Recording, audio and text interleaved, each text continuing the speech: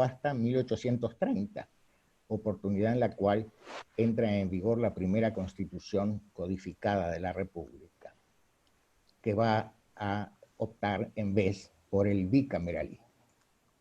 ¿Cómo se planteó el tema en la constituyente de 1829-1830? Simplemente la respuesta se obtiene a través de la lectura de las actas de dicha Asamblea Constituyente.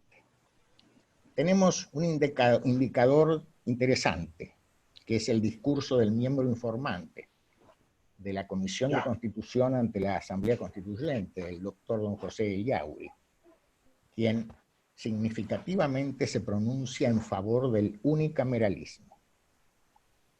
Entiende que, a la luz de los escasos antecedentes con que pudo contar la Comisión de Constitución de la Constituyente, se había optado, dice más o menos textualmente, por las fórmulas que habían transitado previamente naciones más desarrolladas desde el punto de vista político. Y en ¿Se fue este el agua o sentido, qué? ¿Se podrán usar los baños? Sí. No. Perdón, hay un problema, ahora sí, quedó silenciado. Decía que en la constituyente don José Ellauri, el miembro informante de la Comisión de Constitución, se va a pronunciar en favor del unicameralismo. En realidad, puede entenderse que dentro de la constituyente existieron tendencias. Don Francisco Bauzá, en una conocida obra sobre el tema, distinguió tres tendencias.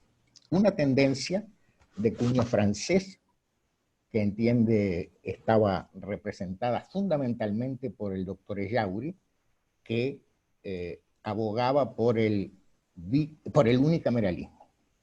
Una segunda tendencia, muy unida a concepciones propias del derecho constitucional de los Estados Unidos, que optaba por el bicameralismo. Y una tercera tendencia que no hacía de la organización del poder legislativo una cuestión fundamental. Así se llega a la primera constitución codificada y formal de la República Oriental del Uruguay, la de 1830, con la fórmula bicameral. Ahí está entonces un poco lo que hemos llamado el génesis del bicameralismo en Uruguay. Después haremos, naturalmente, la evaluación. ¿Cómo se produjo la evolución en mi país de la solución adoptada, de la fórmula adoptada? En muy grandes líneas. La Constitución de 1830 optó por un Senado que tenía un soporte por departamento. Eso llevó a determinadas deformaciones del sistema, como por ejemplo la creación de nuevos departamentos como forma de generar el aumento de las bancas en el Senado. Así se llega a la primera reforma sustancial de la Constitución de 1830, que fue la de 1917, 1918, 1919. Usamos habitualmente las tres fechas en función de que consideremos la fecha de perfeccionamiento, la fecha de ratificación o la fecha de entrada en vigor. En esa segunda constitución formal con modificaciones sustanciales, vamos a encontrar ajustes en la posición del Senado. Curiosamente, y hay alguna referencia en Carl Schmitt, la Constitución uruguaya de 1918 es la que lleva al máximo la separación de poderes, porque por un lado admite, naturalmente, la distinción entre poder ejecutivo, poder legislativo y poder judicial, pero por otra parte realiza una división interna dentro de los poderes. Así, naturalmente, esto se traduce en el bicameralismo, en el ámbito del poder legislativo, pero también lo hace en el poder ejecutivo, por la vía de la creación por la fórmula transaccional que se aprobó en 1918 de dos órganos jerarcas en el Poder Ejecutivo, la Presidencia de la República por una parte y un Consejo Nacional de Administración por otra parte. Diría Schmitt, división del poder dentro de la separación de poderes, en su máxima expresión. Ese bicameralismo de 1918 va a estar en la base de las disputas que llevan a la ruptura del orden institucional uruguayo el 31 de marzo de 1933. Hay diferencias entre los dos órganos jerarcas del Poder Ejecutivo, repito, la Presidencia de la República y el Consejo Nacional de Administración, y por otro lado se generan determinadas diferencias con el Senado. Así, característica del derecho constitucional uruguayo del siglo XX, las rupturas del orden institucional se concretan en disolución formal de las cámaras de representantes y de senadores y en la creación en el ínterin del gobierno de facto de un órgano unicameral. 1934, primer ejemplo, 1942, segundo ejemplo, 1973, tercer ejemplo dentro del siglo XX. ¿Qué pasó en 1934? Allí veníamos de un periodo de gran ebullición doctrinal tendente a la supresión del Senado. La conocida obra de don Emilio Bonino en el Uruguay, titulada precisamente La supresión del Senado. Los diversos proyectos presentados en el ámbito de la constituyente, dirigidos también a suprimir el Senado. Se le imputaban resabios de orden aristocrático a este órgano legislativo, que en verdad, me parece, no los tenía. Y la fórmula de los sectores políticos que pactaron la ruptura del orden institucional fue el llamado Senado del medio y medio. Un Senado integrado por 15 senadores correspondientes al partido político mayoritario, 15 senadores correspondientes al partido político del lema, lema, que le siguiera en número de votos. En Uruguay, en el ámbito de la historia constitucional y de la historia legislativa electoral, la expresión lema significa concretamente denominación de un partido político en todos los actos y procedimientos electorales. Naturalmente que ese Senado del medio y medio iba a tener un presidente, y ese presidente iba a ser el vicepresidente de la República, con lo cual se generaba una disparidad entre los dos medios, porque el partido político al cual perteneciera el vicepresidente de la República iba a tener 16 senadores y el segundo partido 15. Bueno, en el marco de una época bastante oscura de la historia constitucional de la República, se va a quitar al vicepresidente de la presidencia del Senado a los efectos de restablecer los dos medios con identidad. En 1942 se produce una restauración del sistema bicameral de 1918. Luego en las constituciones posteriores se va a mantener la fórmula en lo habitual hasta llegar a la constitución vigente. La constitución vigente es, como saben todos los que me están escuchando, la del año 1967 con algunas reformas constitucionales parciales, pero que no afectan directamente a la cuestión del bicameralismo. ¿Cómo quedó en esta evolución estructurado el bicameralismo uruguayo? Una Cámara que constitucionalmente se denomina Cámara de Representantes, aunque en el lenguaje corriente se le llame Cámara de Diputados, la Constitución no usa la expresión diputados, que se integra con 99 miembros, que son electos directamente por el cuerpo electoral, en base a colegios electorales que coinciden con las jurisdicciones departamentales. Es interesante señalar, porque he tratado de hacer una lectura rápida de la Constitución vigente de Panamá, que en el Uruguay los representantes son de la nación, son representantes nacionales y no representantes de la circunscripción por la cual fueron electos. No son representantes del departamento de Montevideo, de Rivera o del departamento de que se trate. Simplemente, insisto, el colegio o circunscripción departamental está construido a los efectos de la elección y no en cuanto a las consecuencias para la representación. El Senado, en el régimen vigente en Uruguay, tiene 30 miembros.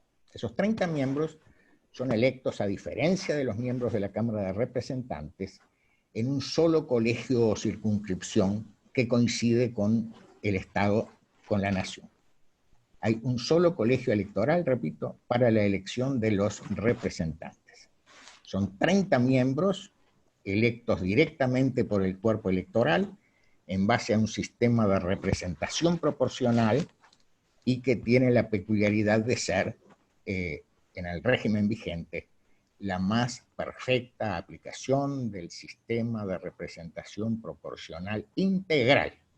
Esa expresión en la jerga constitucional y legal electoral uruguaya significa que tienen representación los partidos políticos en función de su votación, los sectores de los partidos políticos que son los definidos por la legislación electoral, mencionados por la Constitución, pero definidos por la legislación electoral de la década tercera del siglo pasado, como sectores de un partido político en todos los actos y procedimientos electorales. Y luego hay que cumplir con el significado de la expresión integral.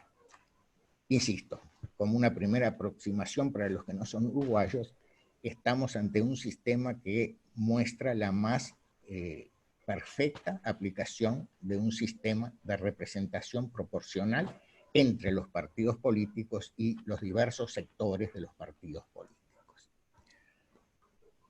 Hay un pequeño detalle, no menor, que es que la Constitución establece que el vicepresidente de la República va a integrar el Senado, dice la Constitución, será integrado además con el vicepresidente de la República que tendrá voz y voto. Naturalmente que el vicepresidente de la República, no es este el momento de definir lo que pienso sobre su posición institucional, es electo en el marco de una fórmula que está integrando con el presidente de la República. El vicepresidente de la República no tiene ninguna atribución conferida por la Constitución, ni podría tenerla, en el ámbito del Poder Ejecutivo. El vicepresidente de la República es el presidente de la Asamblea General, órgano reunión de ambas cámaras, presidente del Senado, y se ciñe, por tanto, su competencia al ámbito del Poder Legislativo.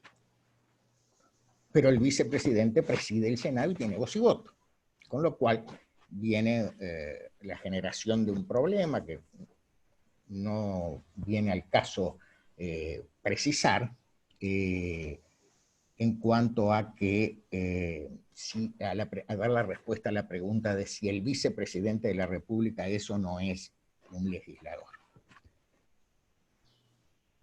Recapitulo.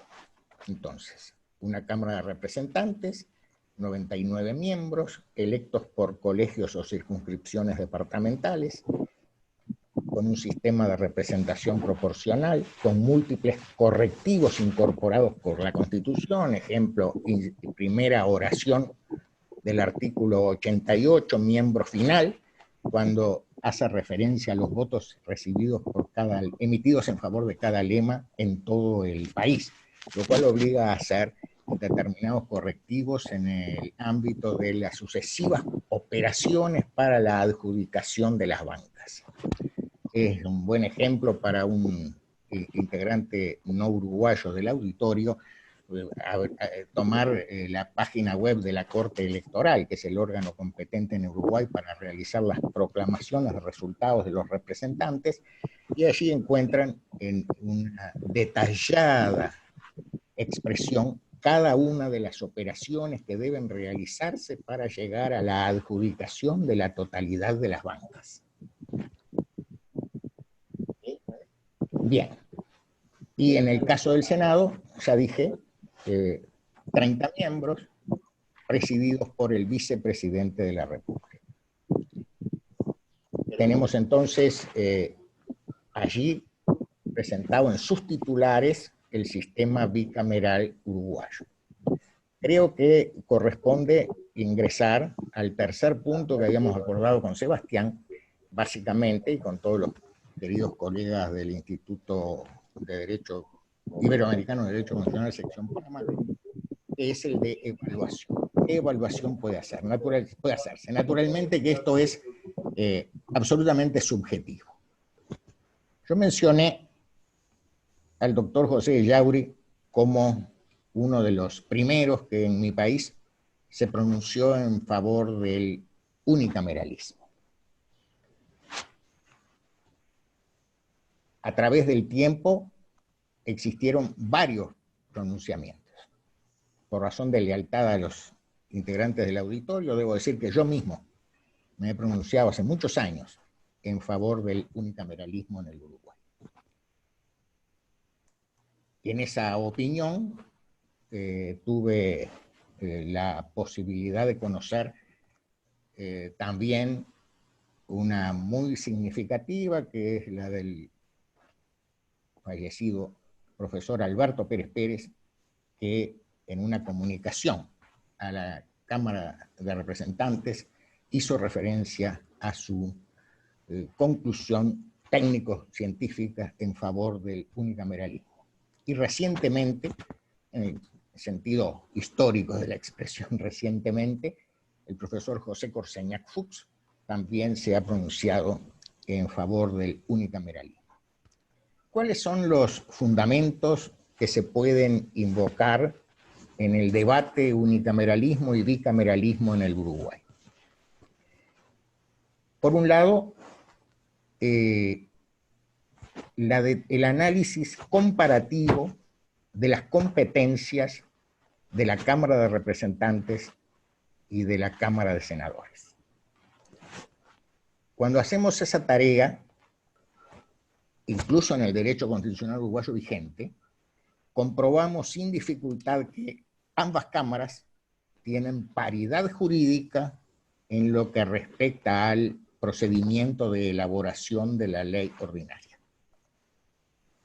No hay constitucionalmente, dicho de otro modo, y lo digo contundentemente, diferencias en punto a las competencias de ambas cámaras en materia de elaboración de la ley ordinaria.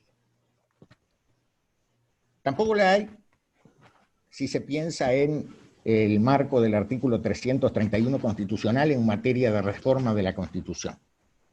En el caso de las leyes llamadas por la Constitución leyes constitucionales, que son proyectos de reforma constitucional a ser sometidos oportunamente a plebiscito de ratificación, intervienen ambas cámaras con paridad de facultades. ¿Dónde están las diferencias? En algunos aspectos atinentes a la asignación de atribuciones de control y de coadministración. Por ejemplo, el artículo 93 constitucional hace competente en exclusividad a la Cámara de Representantes para formular acusación ante el Senado de los sujetos pasibles de juicio político, de impeachment. Me refiero a la acusación del presidente de la República, el vicepresidente, los legisladores, los ministros, los miembros de la Suprema Corte de Justicia y demás que la Constitución prevé como sujetos pasibles de juicio político. Artículo 93, competencia exclusiva de la Cámara de Representantes.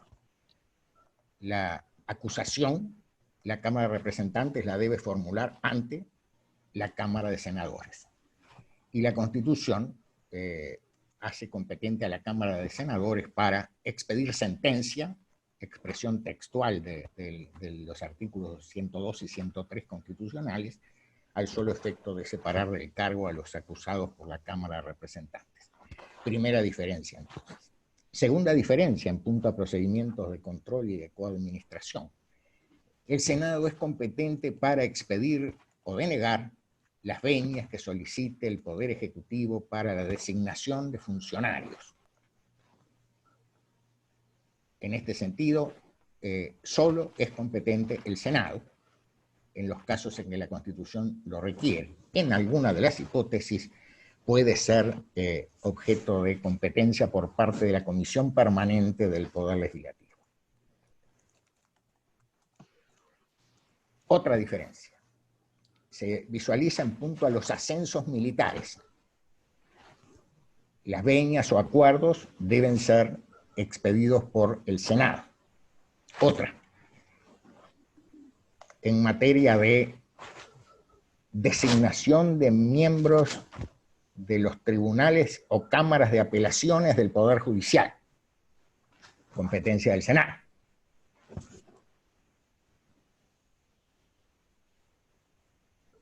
Otros ejemplos, artículo 187 constitucional en materia de designación de los miembros de los directorios o directores generales de los entes autónomos y de los servicios descentralizados, es decir, de los órganos que exteriorizan la fórmula de descentralización funcional en la Constitución uruguaya.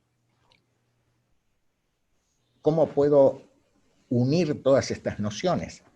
Identidad de competencias entre ambas cámaras, excepto en aspectos atinentes a control y coadministración, que he mencionado algunos de los ejemplos que lo acreditan en el texto constitucional. ¿Hay diferencias en punto a remuneración? No. Desde la solución de facto adoptada en 1984 y reiterada con posterioridad, la remuneración de representantes y senadores es igual. En este momento, las únicas diferencias se advierten en lo atinente a algunas de las partidas que tienen pequeñas diferencias.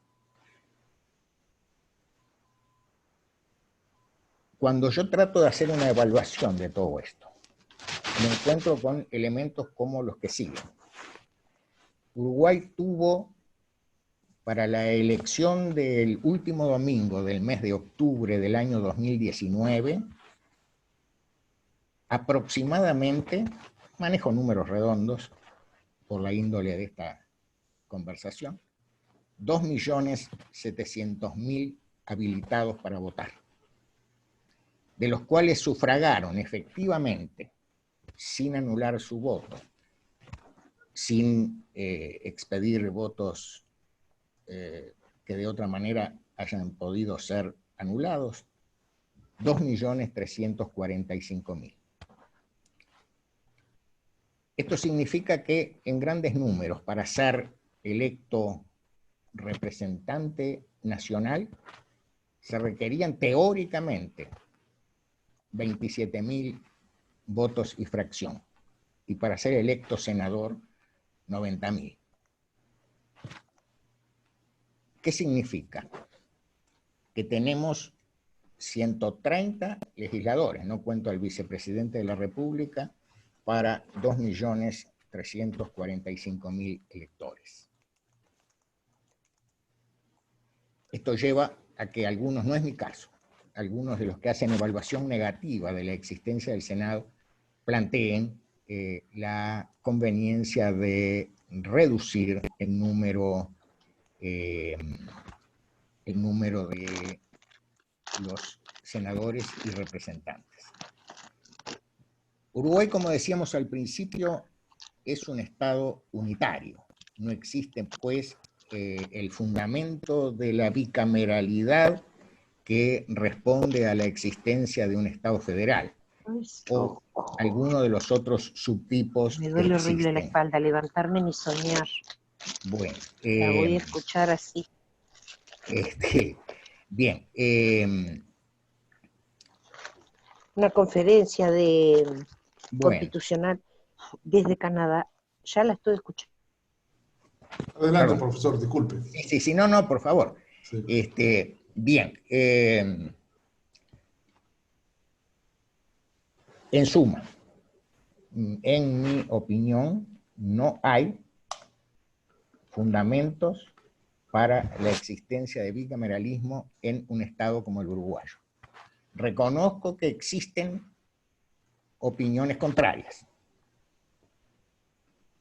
Por ejemplo, una de las más recientes que he tenido la oportunidad de conocer, del profesor Correa Freitas, que argumenta la conveniencia del bicameralismo por la posibilidad de que se produzca lo que se conoció en los Estados Unidos originalmente como la Cámara de Enfriamiento, el múltiple debate, etc. Yo creo que en algún sentido también tenemos que ver cómo ha funcionado en la realidad política el bicameralismo en el Uruguay, y en todo momento tuvimos bastante claro que los partidos políticos adoptan las decisiones y luego se traducen en las dos cámaras en forma idéntica. Bueno, yo no sé si es el momento de hacer una pausa para recibir preguntas, si debo proceder a dar respuesta a alguna pregunta que estoy viendo en el chat. Sí, me parece adecuado, profesor Esteban, que hagamos una pequeña pausa y abordemos algunas cuestiones que me han indicado los participantes. Yo tengo acá, por ejemplo, una que dice ¿cómo se forman las leyes? Sí. En primera parte. Sí. Bien. Las leyes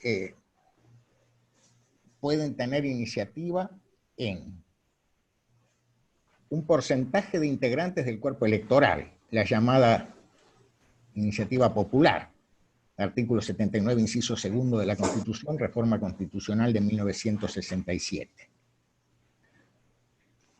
Segunda posibilidad, cualesquiera de los legisladores, excepto aquellos casos en que la iniciativa, la Constitución se la asigna exclusivamente al Poder Ejecutivo. Si les interesa, les hago un mejor punteo de los casos, pero, por ejemplo, tenemos diversos supuestos previstos por los artículos 133, 85 sexto, y varios otros de la Constitución en cuanto a qué casos necesitan privativamente iniciativa del Poder Ejecutivo. O sea que recapitulo. Posibilidad de iniciativa popular, artículo 79, inciso segundo, novedad de la reforma de 1967, iniciativa de cualesquiera de los legisladores, iniciativa del Poder Ejecutivo que a veces es exclusiva, por lo cual hay que restarla de las posibilidades de iniciativa de los legisladores.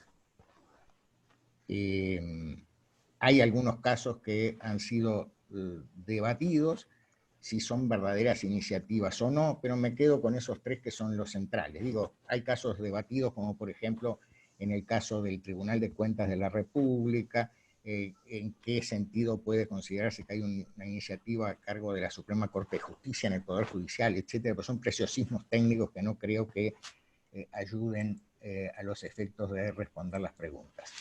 Iniciativa. La Constitución en la sección 7 hace un detalle de los pasos. El título de la sección es de la iniciativa, discusión, sanción y promulgación de las leyes. Es debatido el proyecto de ley del cual existe una iniciativa en cada una de las cámaras. Cabe la posibilidad de que existan discrepancias entre ambas cámaras. Hay eventual participación de la Asamblea General. La Asamblea General en el Uruguay significa órgano reunión de ambas cámaras, de la Cámara de Representantes y la Cámara de Senadores. Y, por último, hay una comunicación al Poder Ejecutivo a efectos de que éste pueda, dentro de 10 días, creo que en Panamá son 6, dentro de los 10 días pueda formular objeciones, observaciones o reparos.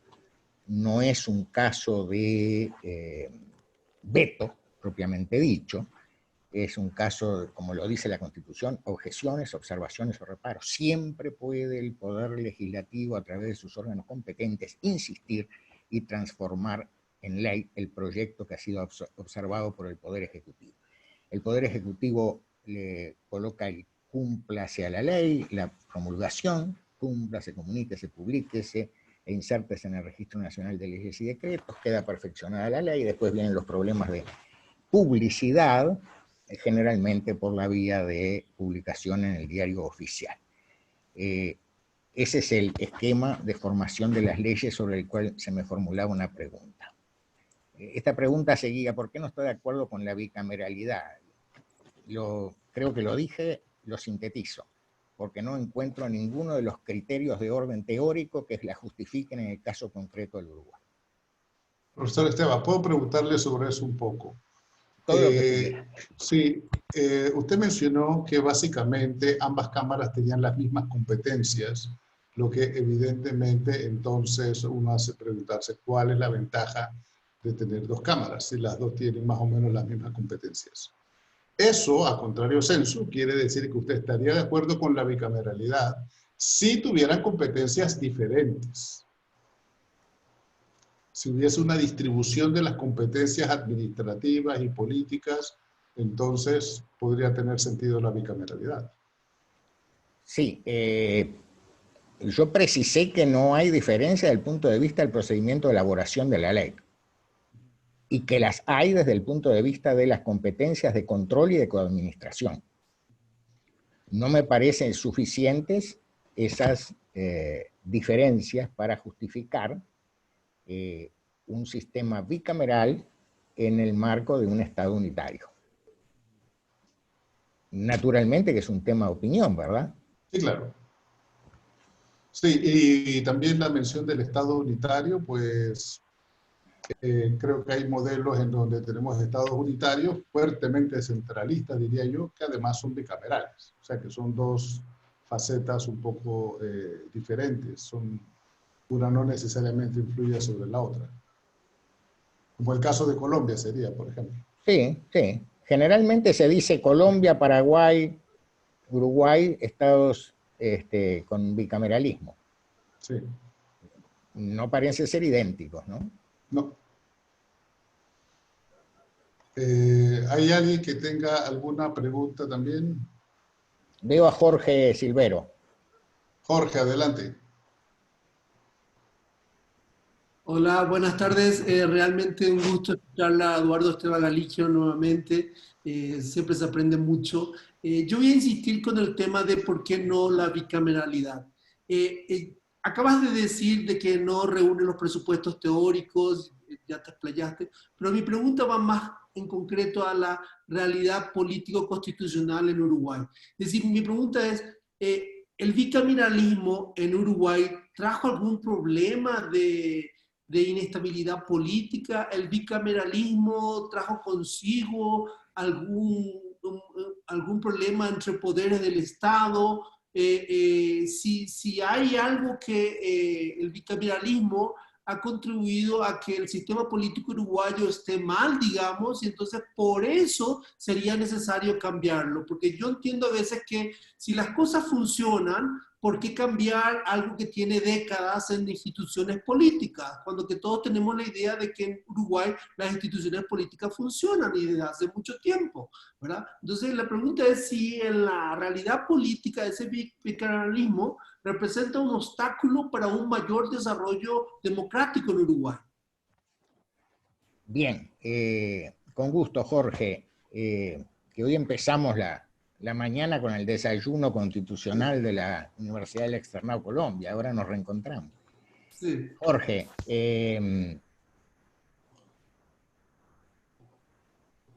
desde el punto de vista histórico, una de las imputaciones al bicameralismo es la lentitud. En Uruguay hay un ejemplo en la reforma constitucional de 1967 que incorporó al artículo 168 ordinal séptimo un procedimiento al que se llama declaratoria de urgente consideración por el Poder Legislativo de proyectos de ley que remita el Poder Ejecutivo. Es un tema que está particularmente en el primer plano de las consideraciones actuales en el Uruguay. Entiendo que es un procedimiento abreviado para la aprobación de determinadas leyes. La Constitución excluye algunos proyectos de ley de la posibilidad de ser objeto de este procedimiento. ¿Por qué se incorporó en 1967, insisto, al artículo 168, ordinal séptimo, el procedimiento de declaratoria de urgente consideración? Por considerar que en determinadas circunstancias el funcionamiento del Poder Legislativo bicameral generaba lentitud. Esto no se requiere ser muy saorí para darse cuenta que está relacionado con una realidad del Uruguay de aquella época, de la mitad de la década de los 60 del siglo XX, porque veníamos de un poder ejecutivo colegiado al que se imputaba lentitud y, de paso, se agregó el procedimiento de declaratoria de urgente consideración de las leyes. A la pregunta de Jorge Silvero, yo diría, hoy no visualizo que haya riesgos desde el punto de vista de la institucionalidad que deriven del bicameralismo. Las objeciones que se hacen hoy, yo diría que se resumen en dos expresiones políticas. Hay quien dice, el bicameralismo es caro, y hay quien responde, la democracia necesariamente es cara, si se quiere que funcione como tal. Eso es político, me parece, ¿verdad? Yo no sé, a ver, para hacer un punto de comparación, si no estoy mal informado, por el texto unificado de 2004 de la Constitución de Panamá, el órgano unicameral consta de 71 soportes, 71 miembros. Eso es correcto. Así Bien. es. La población de Panamá es 4.300.000. y los electores habilitados para participar en las elecciones de Panamá alcanzan a aproximadamente. Son 2 millones aproximadamente. 2 millones. Bueno, nosotros tenemos 130 adicionando representantes y senadores para 2.345.000. ¿Se justifica que casi dupliquemos en número de legisladores? Insisto, claro, son sí. Debates políticos, ¿verdad? Es y correcto. propios de cada país. Yo no puedo entrar en la cuestión sí. panameña por obvias razones de prudencia. Por obvias razones de prudencia. Claro. Bien, tengo por acá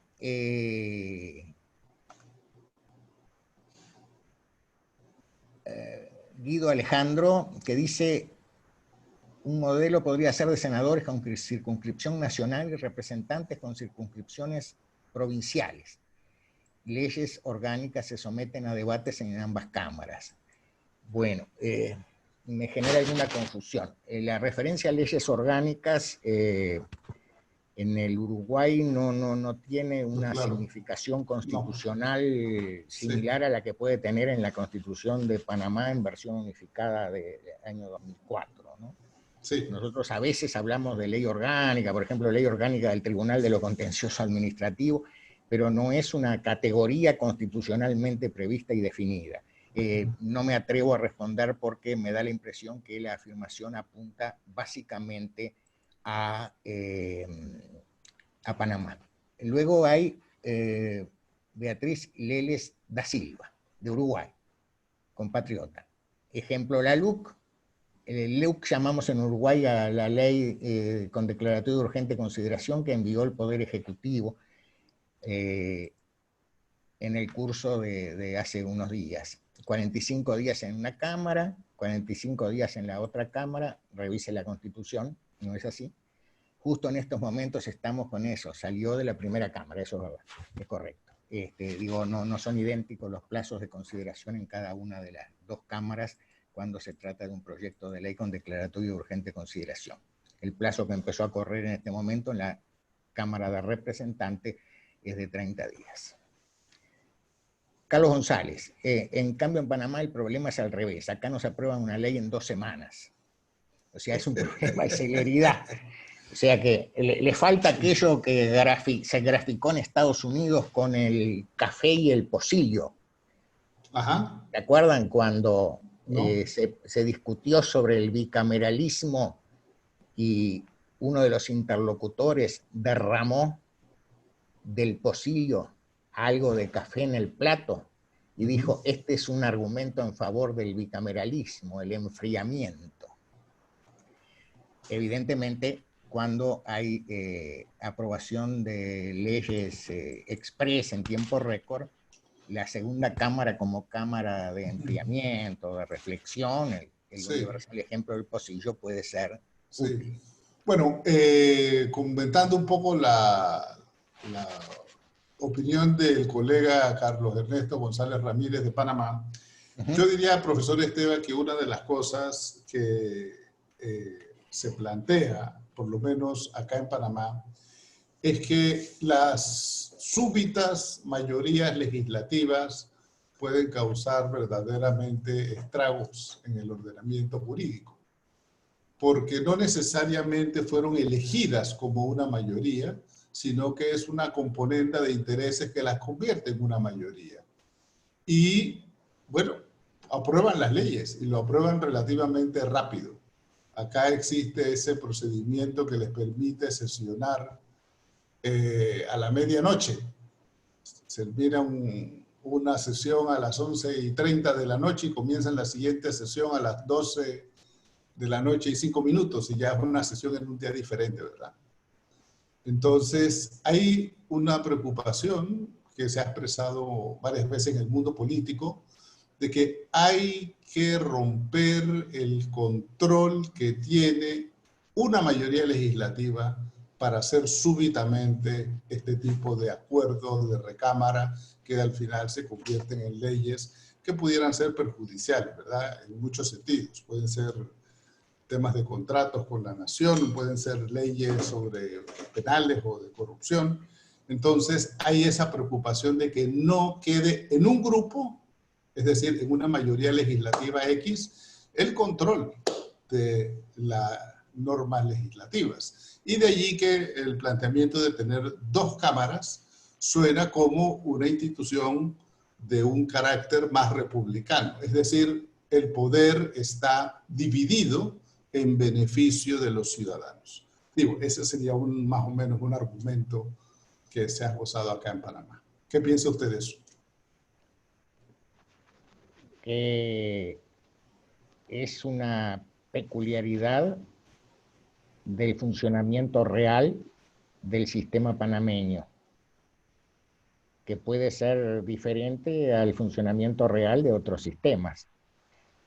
Así, realizando una rápida observación de los integrantes del auditorio, me atrevo a hacer una pregunta al querido colega y amigo Jorge Vanossi, que ha sido legislador en la República Argentina y que nos puede aportar una visión desde un tercer estado, federal con bicameralismo, etc. No sé, Jorge, ¿qué te parece a ti? ¿Es posible realizar exclusivamente un análisis teórico o es menester hacer un análisis desde el punto de vista de las realidades políticas? Yo lo que dije fue, mi opinión del punto de vista técnico es esta. No me permite la prudencia ingresar al análisis de soluciones propias de las peculiaridades de otros estados. ¿Nos podrías aportar algo, Jorge? Profesor Vanuzzi, acuérdese del micrófono. Lo tiene apagado. Habría que habilitarle el micrófono a Jorge. No sé. A ver, ahora sí, ¿me permite un momento, profesor? Ahora, No, no lo tiene habilitado. no lo tiene habilitado todavía. Él no se da cuenta que no lo tiene habilitado. Profesor Vanuzzi, tiene que encender el micrófono. Ahora, a ver. No, todavía. No lo escuchamos. No. Bueno, entonces esperamos que Jorge se pueda expresar. Sí. No sé, da la impresión que él nos escucha, ¿verdad? Quizás si le decimos que puede oprimir el espaciador de si está en una Sí. Lo que computadora para pasa es que habilitar el... yo también lo estoy haciendo y tengo la impresión de que él lo está haciendo y al final... Ah, y no se puede. Se están haciendo lo contrario. Exactamente. Se están Profesor... anulando. Sí. Sí, En profesor... definitiva, digo, pienso que Ahora entiendo... sí, ya Ahora sí, entró. Jorge, ¿Ahora dale. se escucha? Sí, ¿Se ahora sí, escucha? profesor. Ah, Adelante, adelante. sí, para decirlo sintéticamente, la tradición argentina de tipo federal lleva a la existencia de 24 unidades. Digo 24 porque si bien 23 son provincias, la Ciudad Autónoma de Buenos Aires también elige senadores y diputados. De modo que esa tradición bicameral es muy antigua.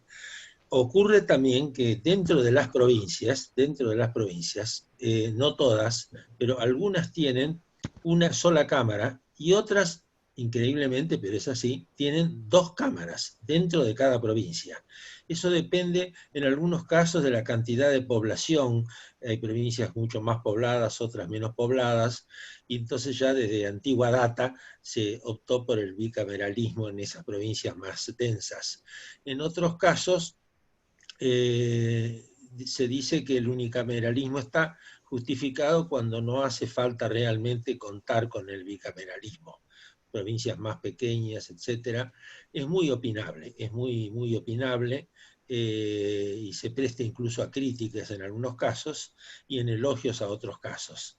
Pero la cosa viene de antigua data, los sistemas electorales han variado también en algunas provincias, y en el orden nacional está asegurada la representación proporcional de acuerdo al sistema DON para la Cámara de Diputados.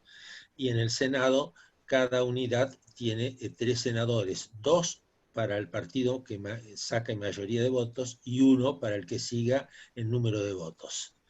Lo cual lleva a que el número de diputados sea de 257 y de los senadores, si no me equivoco, son 74 o 75 aproximadamente. Esa es la situación actual con la cual se está manejando el sistema ya desde la reforma del 94 en cuanto al Senado, porque ahí se creó la figura del tercer senador.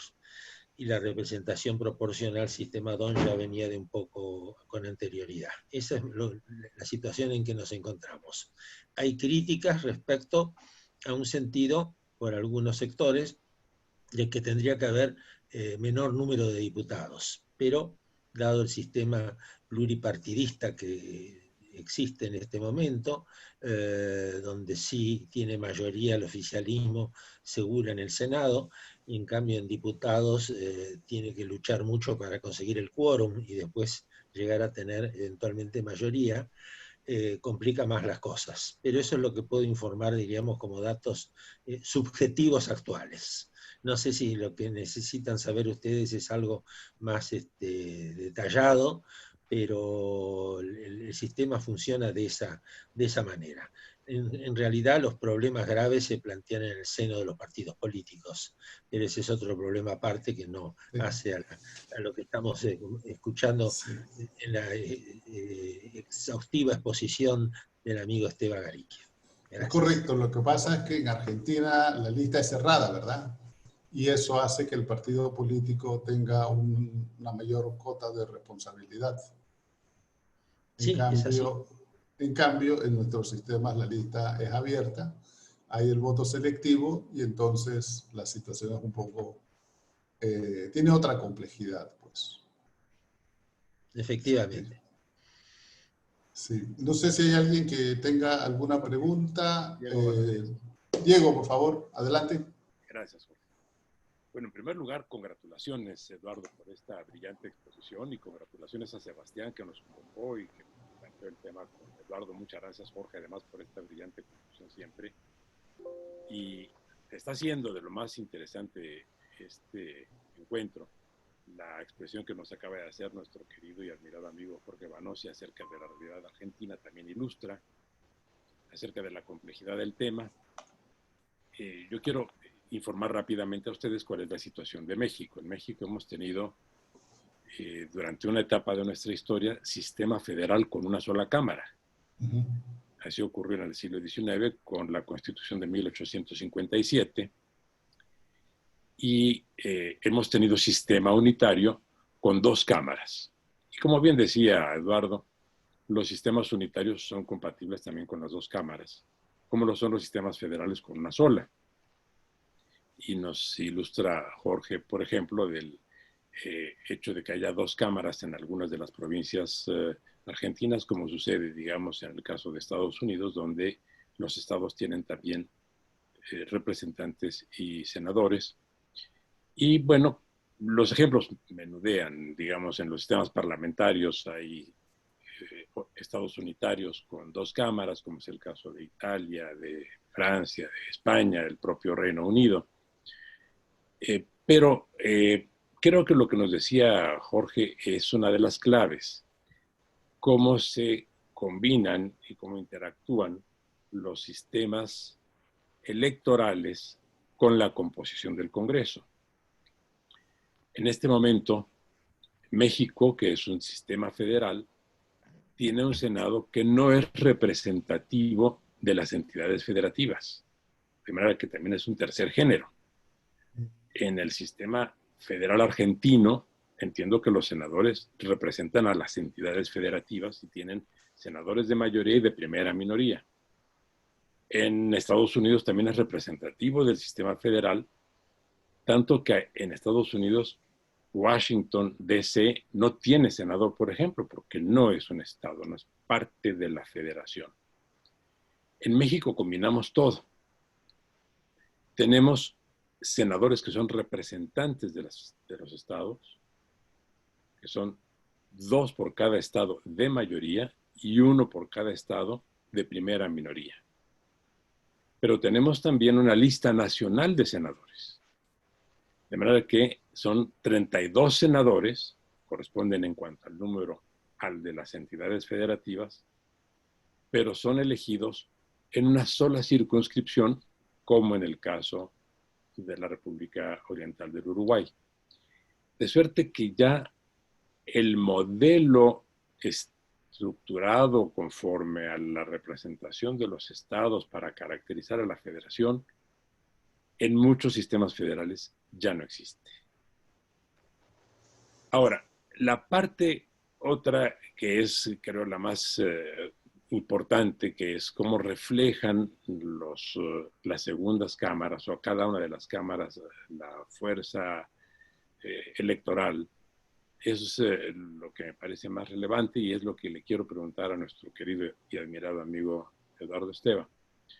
Me interesa, por ejemplo, saber cuántos partidos están representados en cada una de las cámaras y si en cuanto a orientación política dominante hay variaciones o hay uniformidad en ambas cámaras.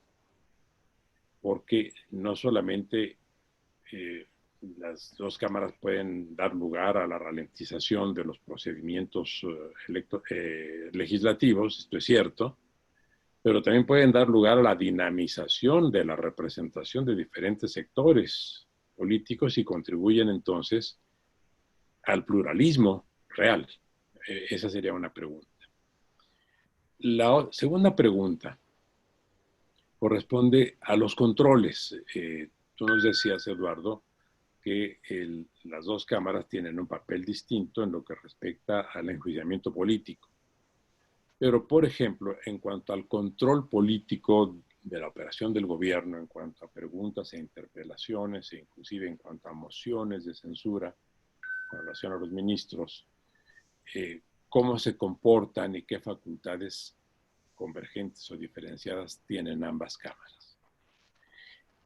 Finalmente me interesaría, es la tercera pregunta, si la renovación de ambas cámaras se da de manera simultánea y completa o van sustituyéndose de manera parcial en cuanto a la integración de cada cámara, y si varía el periodo para el cual son elegidos senadores y representantes. Muchas gracias, Jorge, y nuevamente congratulaciones para los organizadores y saludos fraternales para todos. Y gracias por tus orientaciones, querido Jorge Vanosi. Gracias. Bien, voy a responder las importantes preguntas del querido amigo presidente Diego Valadez. En este momento, como consecuencia del resultado de las elecciones nacionales de octubre de 2019, tenemos en el Senado representación del Partido Frente Amplio, representación del Partido Nacional, Partido Colorado, Partido Cabildo Abierto, concretamente 13 senadores Partido Frente Amplio, 10 Partido Nacional, 4 Partido Colorado, 3 Partido Cabildo Abierto, 10 más 4 más 3, 17, más el voto de la vicepresidente de la República. Por lo cual, el esquema en el Senado queda formado por 3 partidos políticos que hacen mayoría, más el voto del vicepresidente, 18 en total, 13 de la minoría Partido Frente Amplio. Es sabido que en Uruguay los partidos políticos, por imperio de diversos artículos de la Constitución, pero sobre todo por diversas leyes reglamentarias, aparecen como verdaderas federaciones de partidos políticos. En la Cámara de Representantes están el Partido Frente Amplio, que es el que tiene mayor número de bancas, individualmente considerado. Le sigue el Partido Nacional, el Partido Colorado, el Partido Cabildo Abierto. Ahí se repite la representación del Senado y se agrega con una banca cada uno el Partido Independiente, el Partido PERI, Partido Ecológico Radical Intransigente, y el Partido de la Gente. A la primera pregunta, pues, Diego, hay una mayor representación de partidos políticos en la Cámara de Representantes en función del resultado de la elección de noviembre de 2019. Creo que ese es el primer aspecto de la pregunta, o primera pregunta. La segunda, tú interrogabas acerca de los controles y competencias de ambas cámaras. Respondo. En lo atinente a juicio político, impeachment, competencia exclusiva de la Cámara de Representantes, artículo 93 constitucional, de acusar ante el Senado. El Senado dicta sentencia al solo efecto de separar del cargo. Artículos 93, 102, 103. Ahí hay competencias distintas. En lo atinente a llamado a sala, artículo 118 de la Constitución vigente, que técnicamente está redactado como un pedido oral de informes. Puede ser seguido de una declaración de la Cámara respectiva, artículo 121 constitucional. Por tanto, las competencias de ambas cámaras en materia de llamados a sala, vulgarmente denominados por los medios de comunicación interpelaciones, son iguales. las competencias. La resolución adversa a un ministro o a varios en una de las cámaras no genera la obligación jurídica de renunciar. En la historia constitucional uruguaya, previa a la ruptura del orden institucional de 1973, resultaba habitual que un ministro del que la Cámara considerara insatisfactorias sus explicaciones, presentara renuncia por razón de sensibilidad política, no porque existiera una obligación jurídica de hacerlo. Tercer aspecto de la segunda pregunta. Hay un instituto poco utilizado en el Uruguay, que está regulado por los artículos 147 y 148 de la Constitución, que posibilita que las cámaras pongan en funcionamiento un procedimiento que puede culminar en la censura de un ministro, de varios ministros o del Consejo de Ministros, censura que genera la obligación jurídica para él o los ministros censurados a renunciar, y que genera la posibilidad de apertura a una observación por el presidente de la República en calidad de jefe del Estado, que motiva una nueva consideración en el ámbito de la Asamblea General y que puede derivar en una disolución constitucional de las cámaras. Este procedimiento, que con matices está previsto por las constituciones uruguayas desde la de 1934, solo se utilizó en una oportunidad, siendo presidente de la República el señor Jorge Pacheco Areco, y ministro en ese momento de Industria y Comercio, el doctor Jorge Peirano Facio, como consecuencia de haber expedido el Poder Ejecutivo, con participación del ministro de Industria y Comercio, un decreto en materia de industria frigorífica, se produjo la puesta en práctica de los artículos 147 y 148, repito, por única vez en la historia constitucional de la República, y la Asamblea General censuró, por razón de discrepancia de orientación política, al ministro Peirano Facio. El presidente de la República, ante la decisión primaria,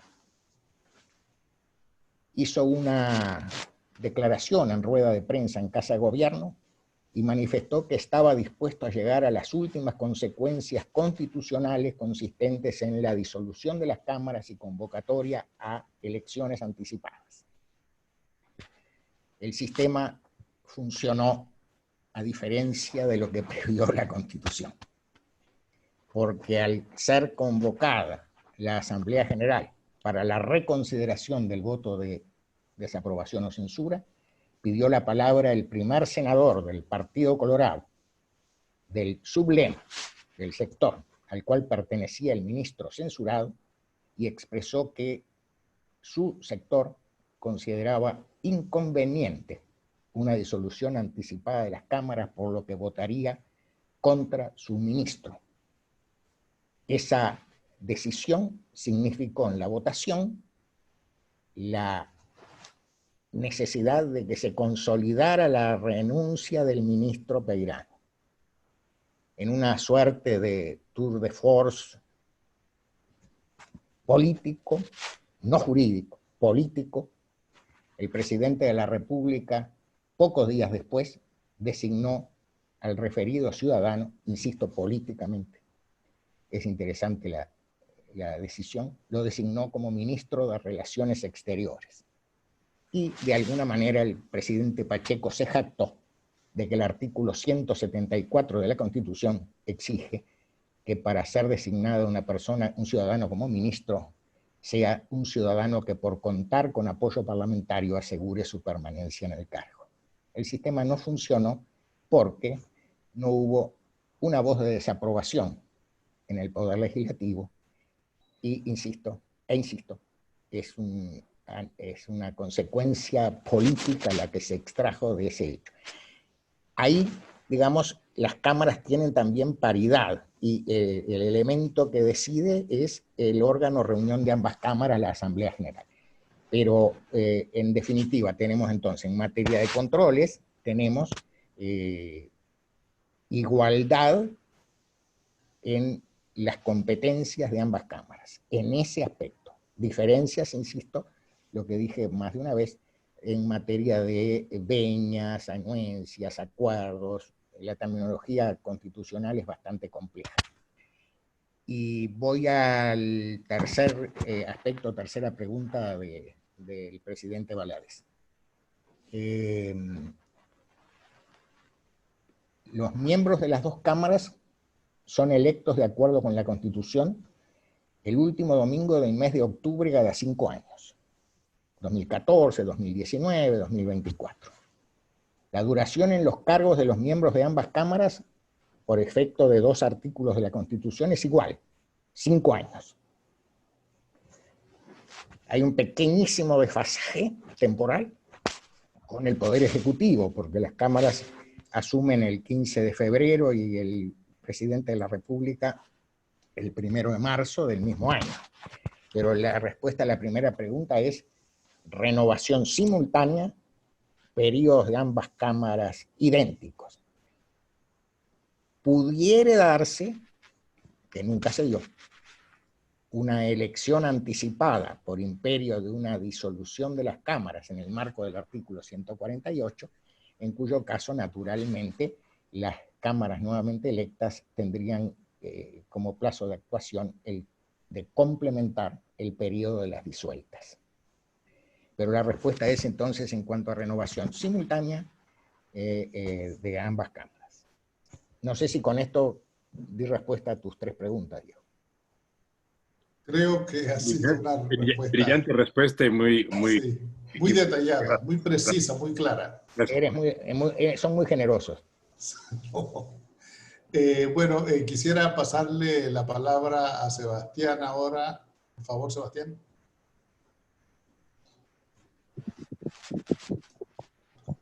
Bueno, muy buenas tardes a los queridos amigos del Uruguay, a los queridos amigos de Paraguay, a los queridísimos amigos argentinos, a los queridísimos amigos mexicanos que están aquí, a los peruanos. Tenemos pues un grupo de países que nos hacen el honor de estar con estos conversatorios que iniciamos de una manera sencilla, rudimentaria, hace tan solo 2 meses. La finalidad de estos conversatorios fue de lo más sencillo y prácticamente sin una visión, sin una organización, sino con un solo sueño: mantener unidos, estrechar los lazos entre las secciones del Instituto Iberoamericano de Derecho Constitucional. Jorge Silvero Salgueiro fue uno de los primeros que nos dio ese espaldarazo. Desde luego Diego Valadez, Domingo García Belaunde, Maximiliano Torricelli, un constitucionalista de la Universidad Nacional de Rosario, en fin, Carlos Ayala Corao, cuando esto era un emprendimiento que estaba dando sus pininos o sus primeros pasos. Hoy el Instituto Iberoamericano de Derecho Constitucional se siente sumamente complacido que hayamos tenido una concurrencia de 70 participantes en el momento de más participación de los amables escuchas y videntes de este modesto evento. Yo quiero agradecer muy especialmente a mi amigo Eduardo Esteban Galicio por haber confiado en nosotros, por habernos dado ese espaldarazo, como nos lo dio inicialmente nuestro presidente Diego Valadez. Hoy tenemos aquí reunidos no solamente a Diego, tenemos reunidos a diferentes presidentes de varias secciones. Está nuestro amigo Blume Fortini, está Jorge Silvero Salgueiro, que esto es un destacado profesor paraguayo. Tenemos grandes personalidades también de la Argentina. Tenemos destacados escuchas de Panamá, como Gretel Villalajalen, como el ex magistrado Adán Arnulfo Arjona, como Carlos Ernesto González de la Lastra. Entonces, yo creo que es el momento de celebrar cuando las cosas que comienzan como una idea muy rudimentaria, muy sencilla, se va convirtiendo en una experiencia, digo yo, que une y abraza a todos los miembros del Instituto Iberoamericano de Derecho Constitucional. Yo creo que eso es lo fundamental, unir los lazos, compartir, debatir ideas, pero sobre todo que los panameños, nuestro pequeño instituto, aprenda de los grandes maestros.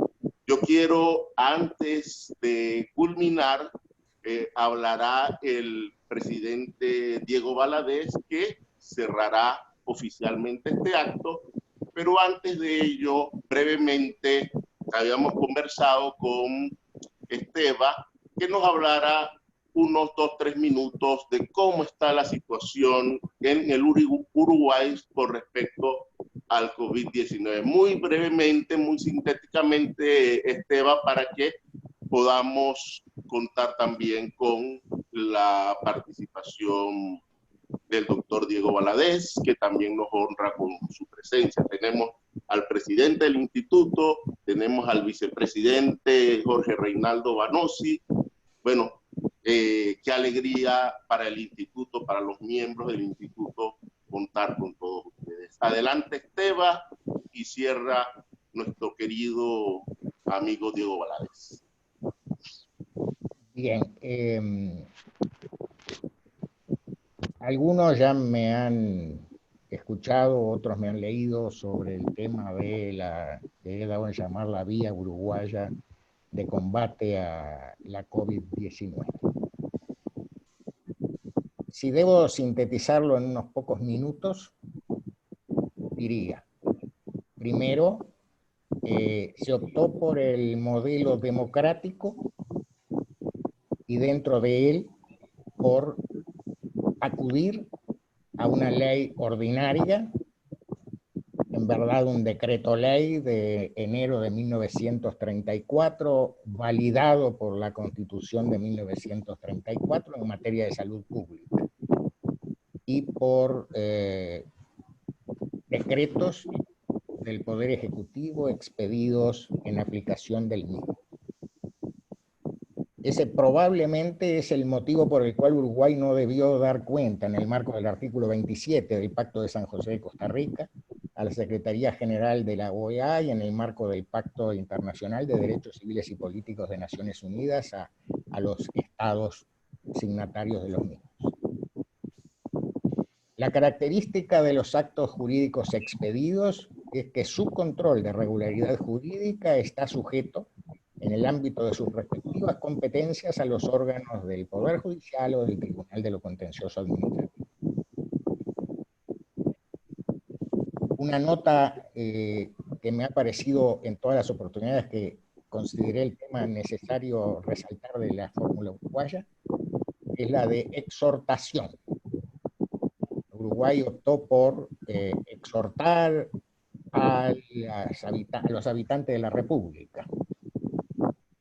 La idea básica, el pivote a través del cual se funcionó fue ejercicio responsable de la libertad.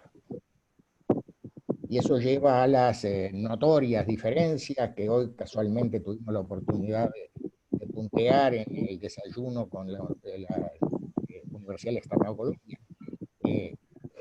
Grandes diferencias entre estados con respecto a la solución uruguaya en cuanto a la existencia de personas imputadas por ilícitos.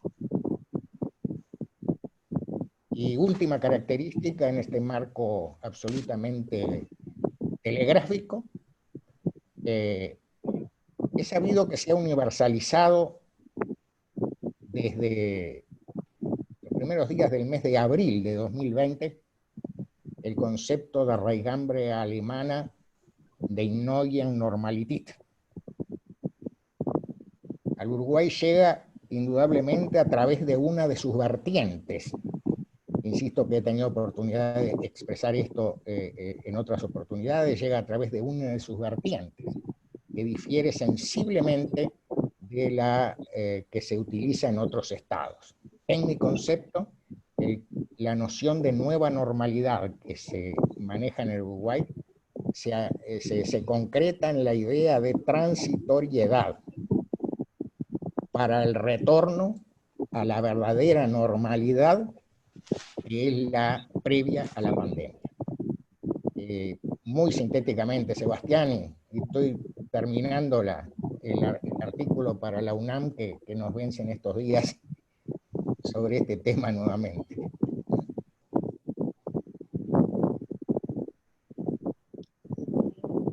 No sé si con eso di respuesta a tu inquietud.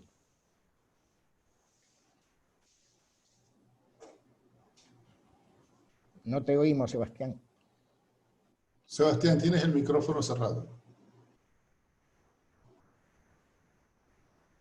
Sí, creo que antes de que cierre el doctor Diego Valadez, creo que hay una pregunta de Svetlana Jaramillo para ver si la hace muy corta y Esteban pues también puede contestarla de manera breve para darle la oportunidad y el honor a Diego Valadez que cierre este acto. Svetlana. Svetlana.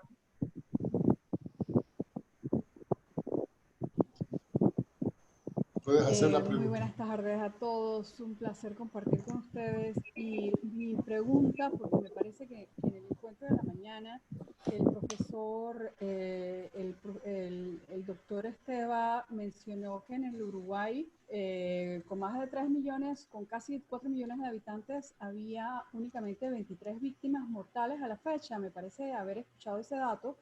Entonces, en ese sentido, quería preguntarle si ese, a mi juicio, sin ser epidemióloga y sin tener mayor formación en salud pública, a mi juicio, frente a ese, a mi juicio, excelente resultado, con muy pocas víctimas mortales, usted compara lo que yo llamaría ese resultado comparativamente exitoso, ¿no? A nivel global, inclusive con la gran cantidad de víctimas, con el grado de letalidad terrible que ha tenido el virus y la enfermedad en otros países del hemisferio americano. ¿Relaciona usted ese resultado positivo a alguna o algunas fortalezas institucionales en el Uruguay? Esa sería mi pregunta. Muchas gracias.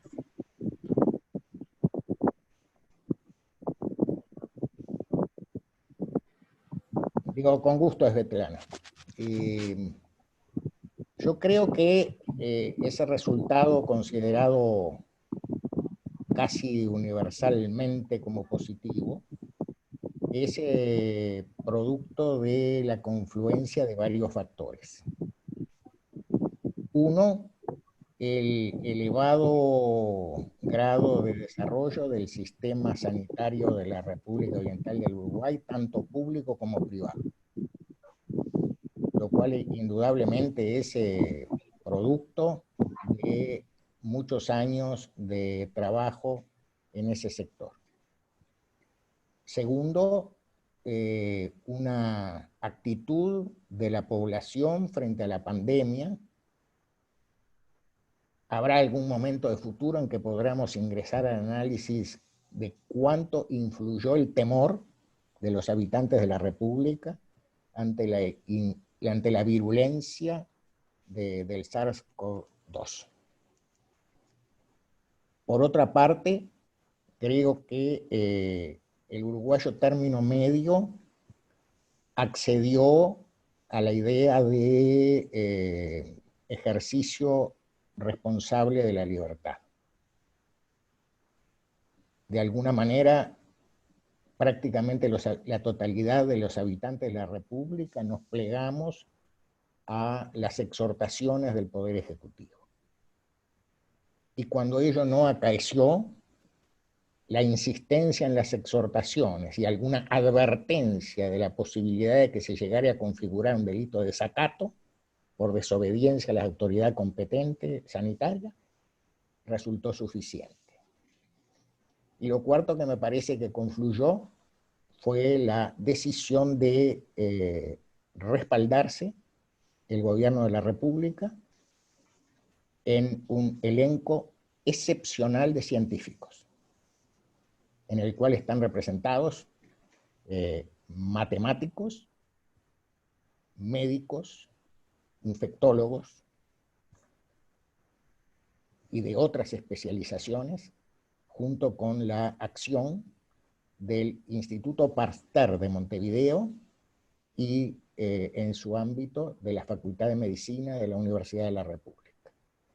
Creo que son factores que confluyeron para el buen resultado, comparativamente hablando, ¿verdad? Me permitiría agregar otro aspecto, la transparencia.